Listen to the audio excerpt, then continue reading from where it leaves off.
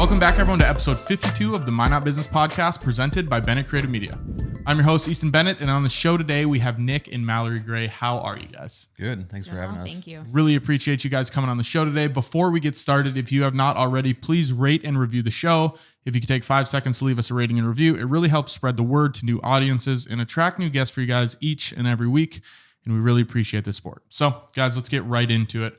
Origin story. What are we even talking about today? What do you guys do? So I'm the summer camp director at our overnight camp down in Garrison, Triangle Y Camp. So my job duties run 24/7 for about 12 weeks out of the summer, just hanging out with kids and mentoring staff and just having a good time down on the lake.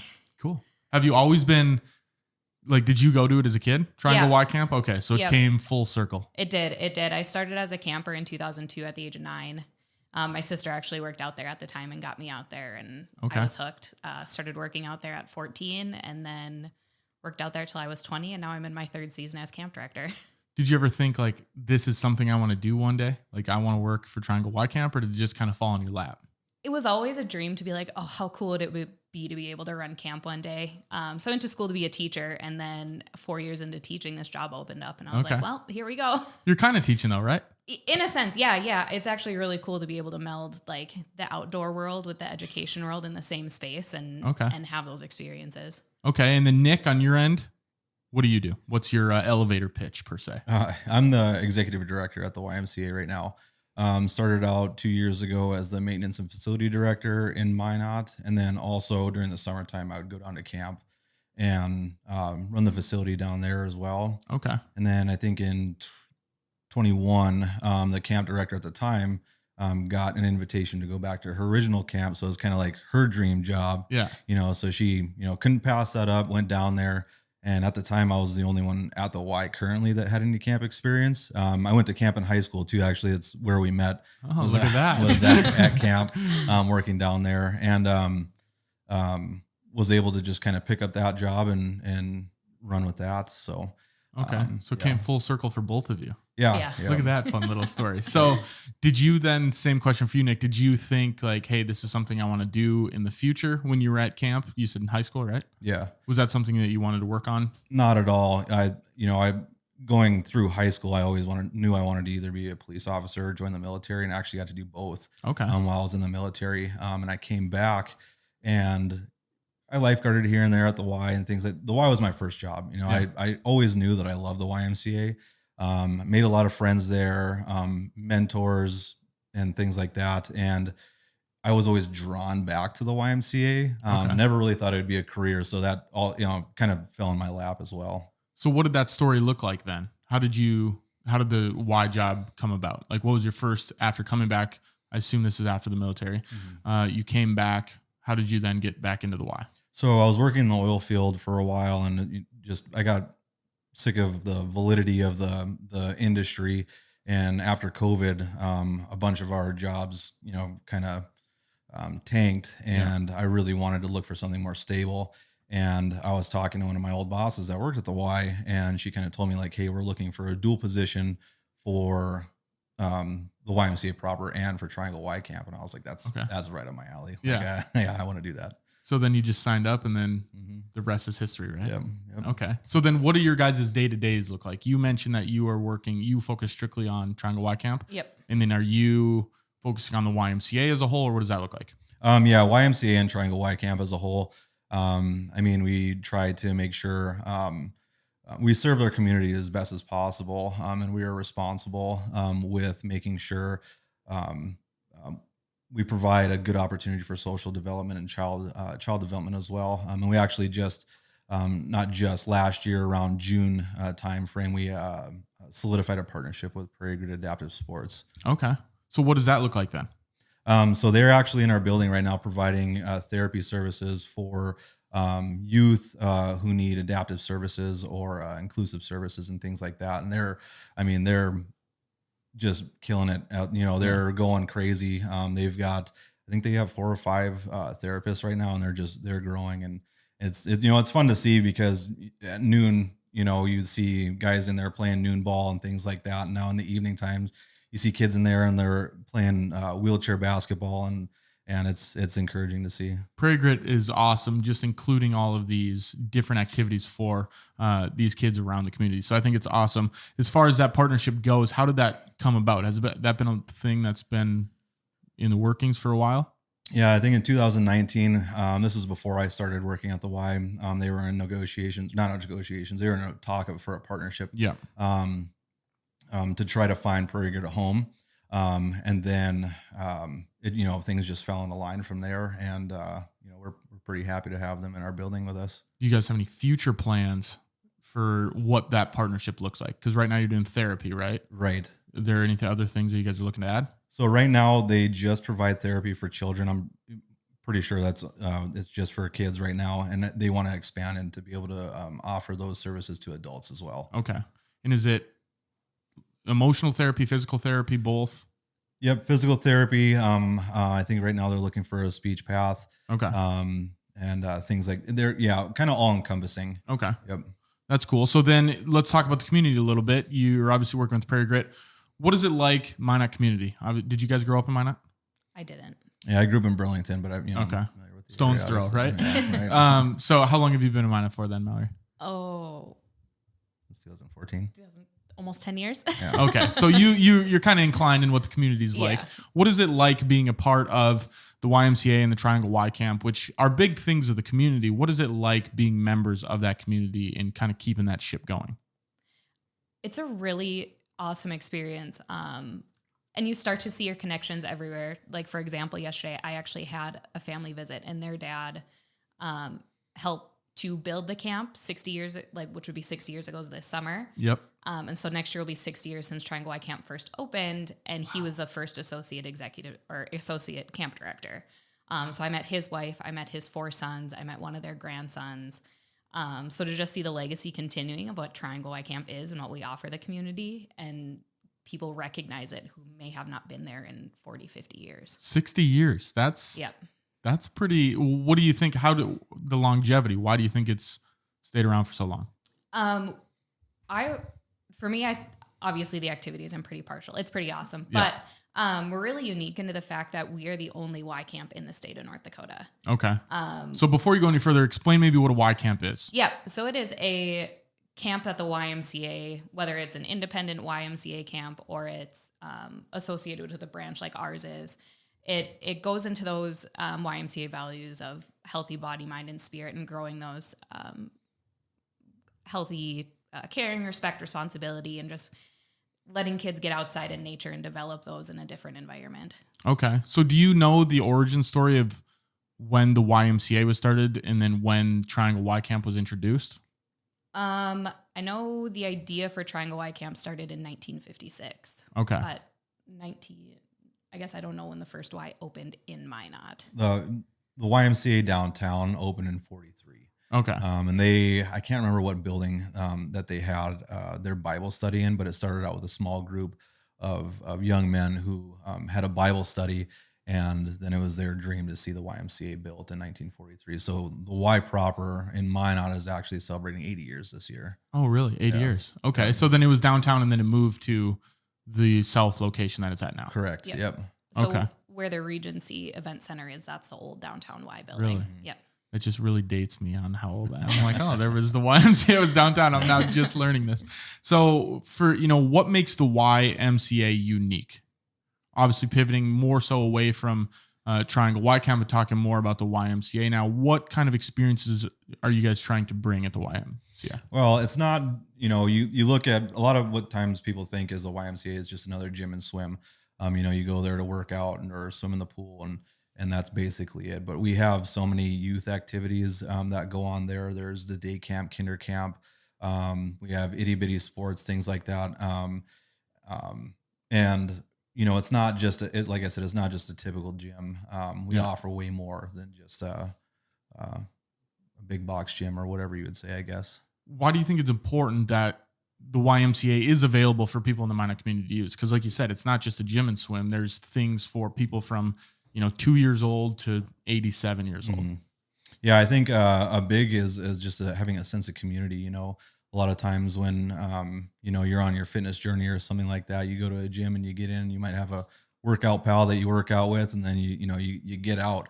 When you come to the YMCA, you get that sense of community. This, people saying hi to you a lot. The staff know everybody that's there. There's you can go from room to room and just see the groups of people and how they interact with each other, from the coffee group to the noon ballers to the people who are swimming. They have their own little community. It's networking, and it's it's a nice, it's like a small town feel kind of in there. It's kind of nice. The Burlington feel. Yeah. Why do you think that is? Why do you think, how has that culture been culminated at the YMCA?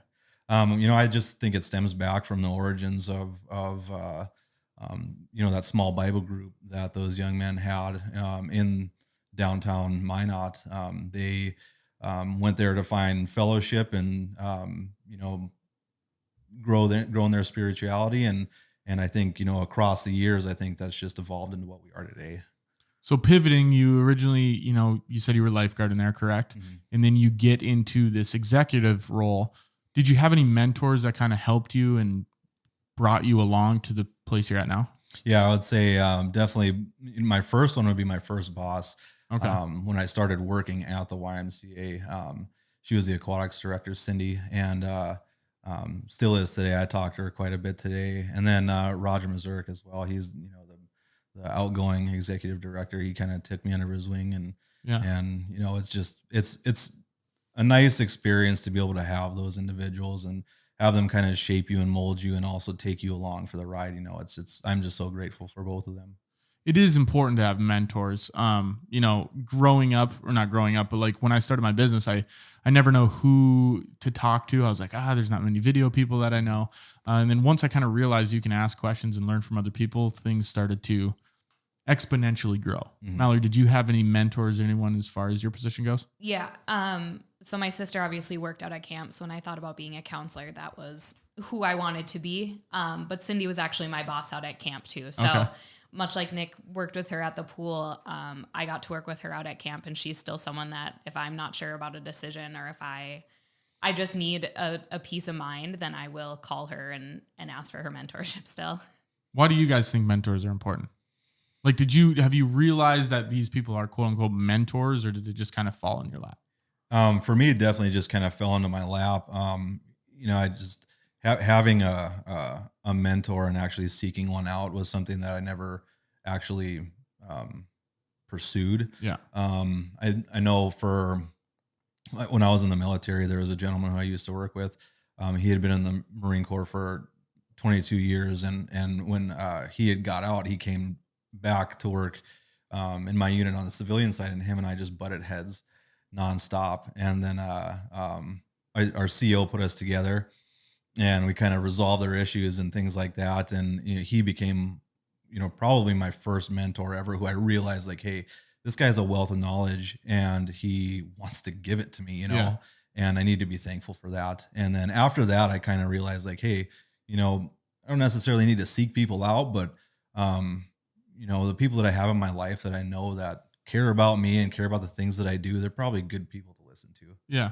So as far as, it stemmed when you brought back the military, how do you think previous experiences in your life have guided you to the skills? Because I think a lot of people might think they're looking at a certain job they might have and think, oh, this won't mean anything, but they're not realizing how much they can be learning at that point A.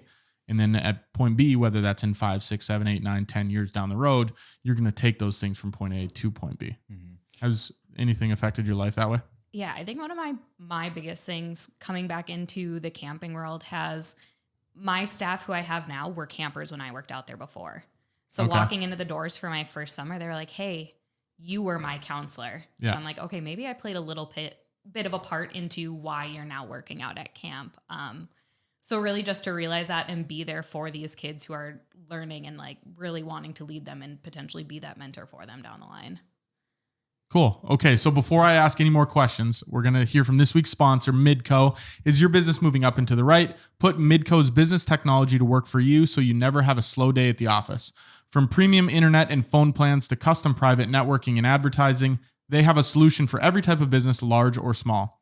Get paired with an account representative to create your suite of services and make the switch with ease with dedicated business client fulfillment and support teams. No data caps, flexible contracts with month-to-month or long-term options.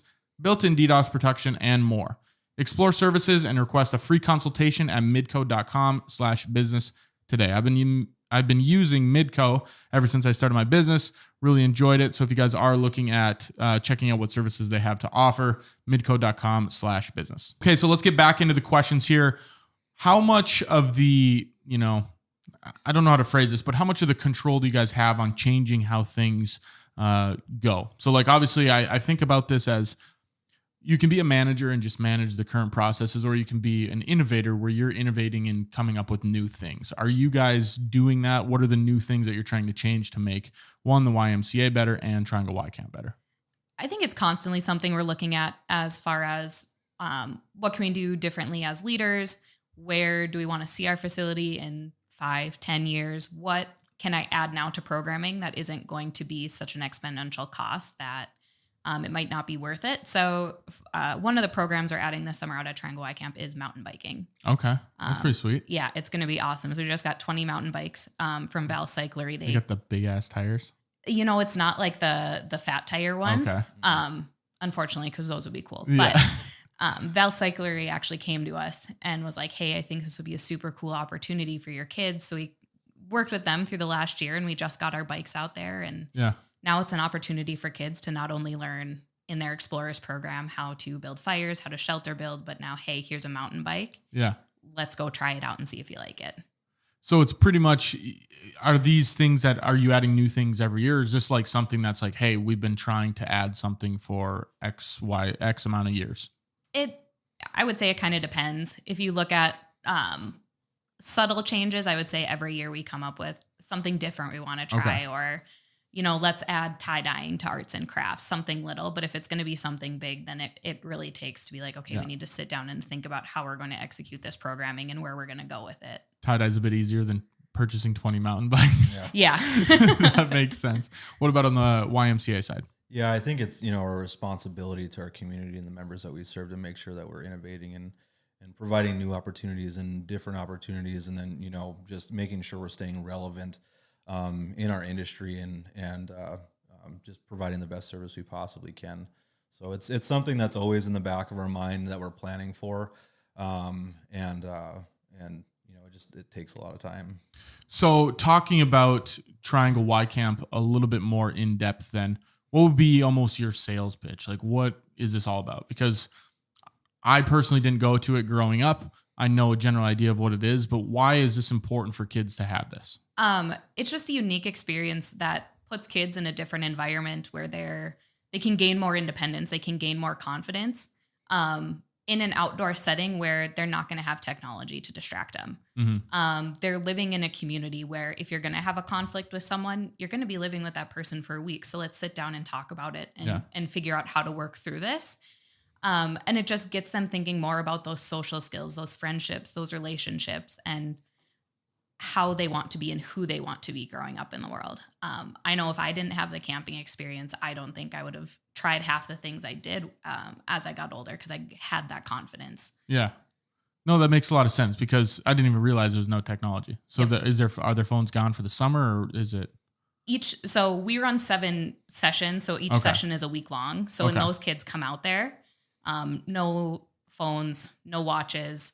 Obviously, our staff have phones in case of emergency, but even our staff know, turn your music on your phone, play it on your Bluetooth speaker. Your phone stays in your backpack.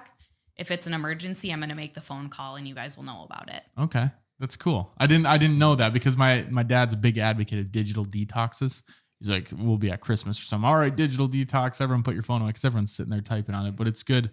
It's good to see that. Why, God, I had a question and I lost it. Hopefully it'll come back to me. So let's talk about some local sponsors, fundraisers, because I know the Wise Men's a big thing for Triangle Y Camp. How is this Triangle Y Camp being funded, and more so, how does the community support it so it can keep going every single year? Yeah. So the Wise Men are an amazing group of volunteers.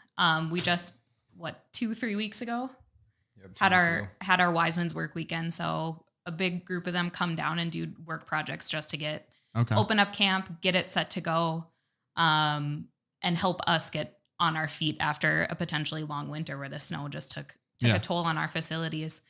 And then obviously with the Wise Men's PBR, that is a huge fundraiser for camp and for the kids, and just helping us to grow our vision of making camp a more innovative place. We're keeping up with the camping trends. We're looking at our programming and how we can expand on that. And I mean, we couldn't do that without the community support.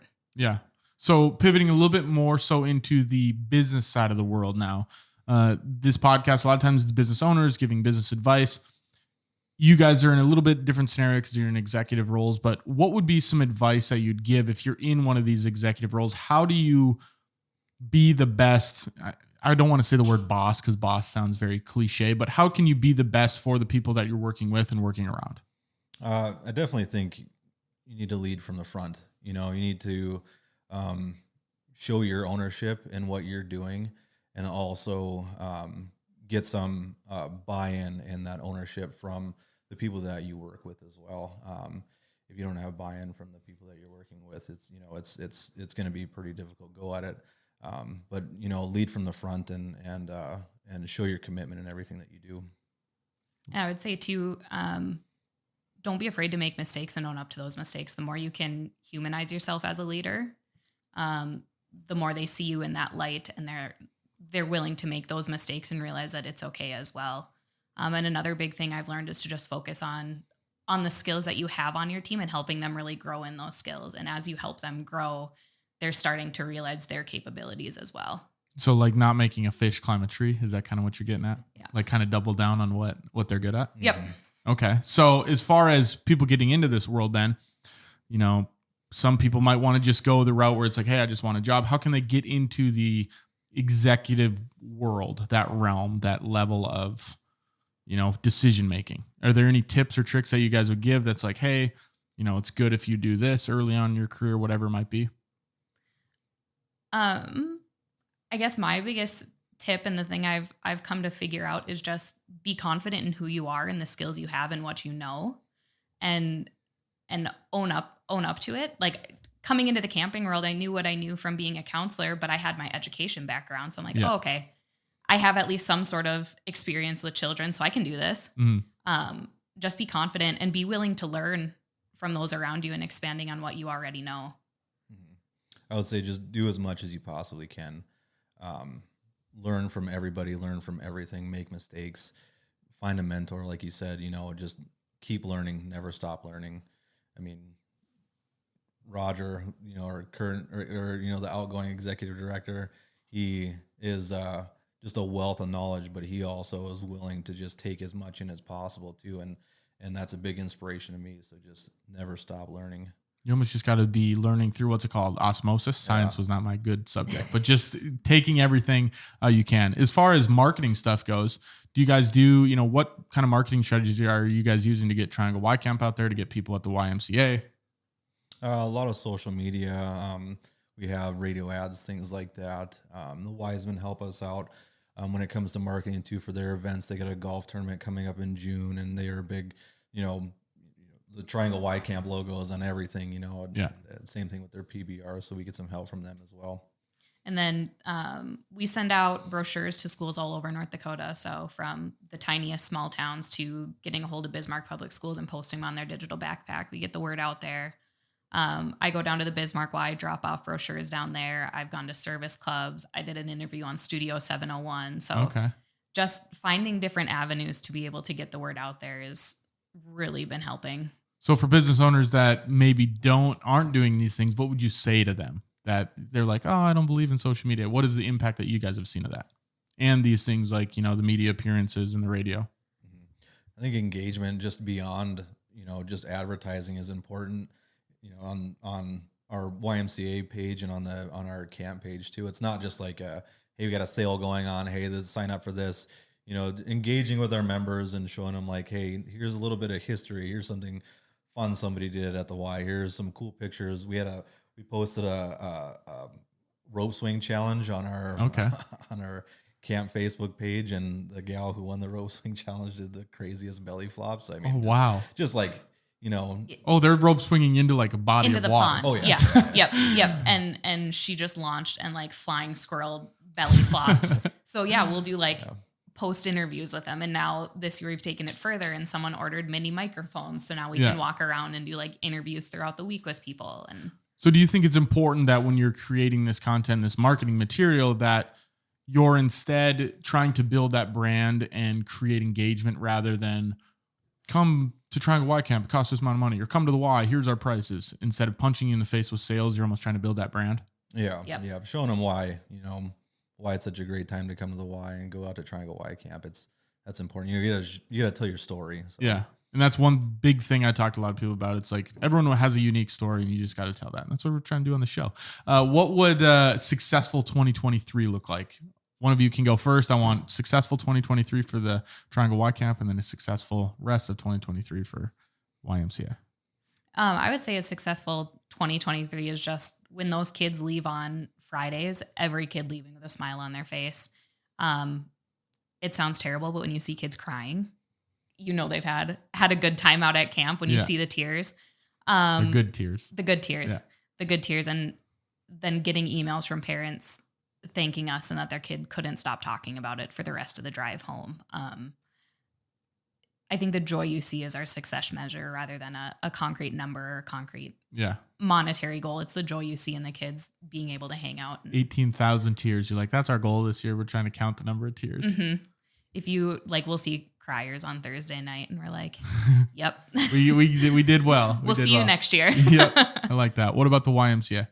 Yeah, I think just like Mallory said, it's not, we're not trying to hit a certain number or a certain wicket. We just need to make sure that we're putting out services and programs to our community that's, going to better the Minot area and the surrounding area, and just making sure that we, hit those goals for social responsibility and youth development, and strengthen Minot. So this would be the sales pitch section. Now, what is something that because it's something I didn't know at the beginning, but what's something you wish people knew about Triangle Y Camp and something you wish people knew about the YMCA that maybe people overlook? One of our biggest draws, and that also makes us a pretty unique summer camp, is we have horses. Okay. So we have 30 horses out there right now.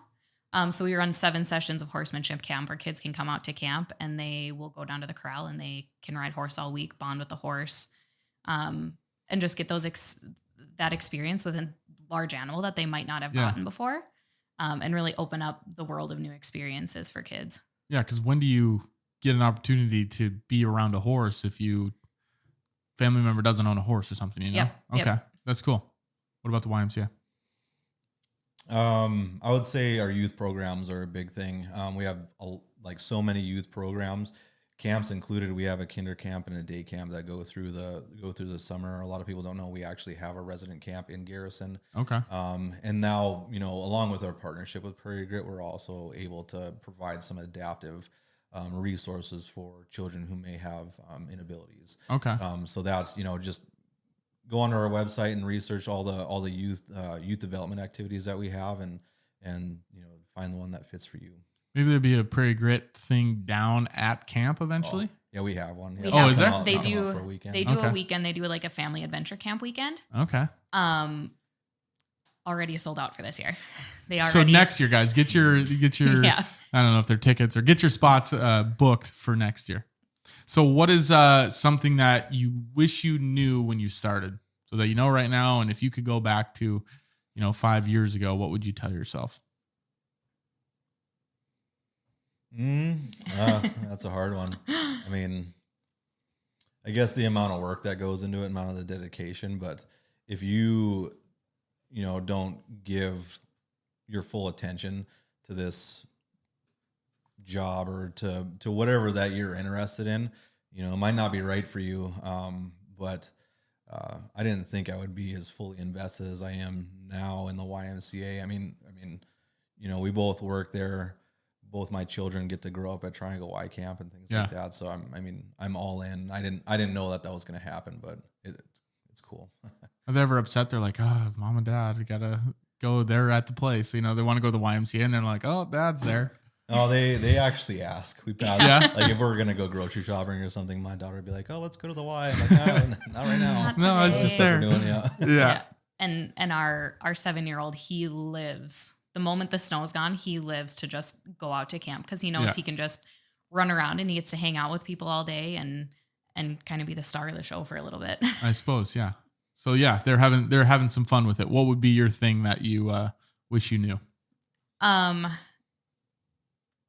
The time and dedication that you really find yourself pouring into your job, which to me is a sign that this is what I'm supposed to do and it's something that I'm passionate about. Yeah.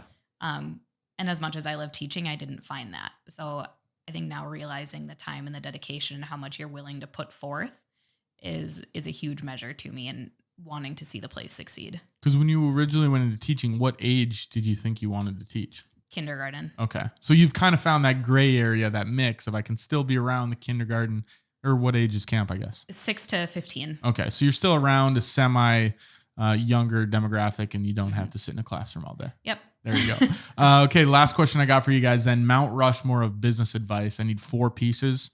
You can either each give 4 or you can go 2 and 2. We'll go 2 and 2. Yeah. So I don't know if you want the pinball back and forth or if you want to give 2 and then 2, whatever works. But 4 pieces of business advice that you would give to someone that's either just starting a business or just getting into their professional career and something you'd want to tell them. I mean, like I mentioned before, make sure you educate yourself, especially on the industry that you're going to go into. Don't rush things. Finding a process or figuring out a process and sticking to that process is really important. Making sure you're being guided through whatever it is, whatever adventure you're undertaking. Doing the research and putting in the hours that it takes to get to where you want to go. It's invaluable. You got to put the work in. Put in the work. Number 2, Mallory. I would go transparency. Like okay. So just being upfront with the employees who are potentially going to work for you, the clientele you're serving, and just really being open about what you offer and why you offer those things. I think there is huge value to be found in transparency and not hiding anything from staff and your clients. There's something about being honest up front that makes it, if something does go wrong, you have a little bit more flexibility to be like, okay, this person's honest. They weren't trying to, buffalo me, whatever it is. Or if you are transparent up front, it does help you. That's 2. You need 2 more. I'd put yourself out there. You got to take risks. You gotta, don't be afraid of the challenges that are ahead of you. You got to take risks. Otherwise you're not going to get anywhere in life. If you don't take any risks. Yeah. And so I was just going to say, you're not getting anywhere if you're not taking risks. I mean, you can just retire at age 62 or whatever and then live a life, but without risks, it's not any fun, right? Mm-hmm. And then along with that, don't be afraid of failure. Like you might have this super cool idea and then you try it one time and it completely bombs. Yeah. And it might not be a failure. It might be okay, how can we do this different? But look at every one of those moments as a learning opportunity and how can you do better the next time you try it? I like that because I feel like so many people have ideas and then they just don't do them because they're afraid people are going to say, oh, you failed, way to go. But in reality, if something fails, people forget about it after a month and they're like, oh yeah, I can't even remember when you did that. I forgot you did that. So yeah, I really like that one. Go out there and actually try something. They kind of go hand in hand. Take risks and don't be afraid to fail. Guys, where can people find you? The YMCA, Triangle Y Camp online, where can they find some more information? So our website is triangleycamp.org, and on there is going to be all of our camps that we offer, all of our open sessions for the season still, and any other information. And my email's on there too if people have questions. And you want to just say how great you did on the podcast, you can send that too. Yeah, there you go. Same thing, Minot Family YMCA online, Facebook, Instagram. And then if you're looking for like a fulfilling career, a place that you want to feel like you belong, Triangle Y Camp is great. They're always looking for counselors during the summertime. Same thing with the YMCA in town, lifeguards, front desk staff, training center staff, personal trainers, things like that. We will put all of those links in the description below. You guys can check it out. Nick and Mallory, thank you guys very much for coming on the show. Thanks, Easton. Thank you. Not welcome back, everyone. That's the intro, the outro.